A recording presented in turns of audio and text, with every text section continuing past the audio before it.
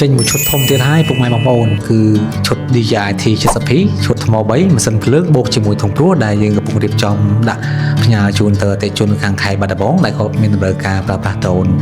នៅពេលឥឡូវនេះដែលគាត់នឹងយកទៅព្រោះស្រូវចំពោះ model DJI T70 នេះដែរគឺមានចំណុះធុងទឹករហូតដល់70លីត្រហើយនឹងធុងព្រោះ70គីឡូ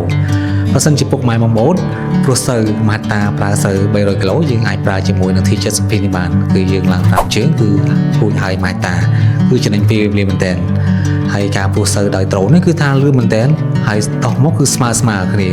បើយើងព្រោះដៃពីច្រើនគឺចំណាយពេលយូរហើយនឹងព្រោះស្រូវចេញមកគឺវាអត់សូវស្មើគ្នាដោយការព្រោះដ្រូនទេពុកម៉ែបងប្អូនហើយចំពោះ T70 ដែរគឺយើងអាចប្រើជាមួយនឹងការបាញ់ថ្នាំផងដែរគឺថាឡើងមួយជើងគឺបាន3ហិកតាបើសិនជាយើងប្រើទឹក20លីត្រក្នុង1ហិកតាគឺ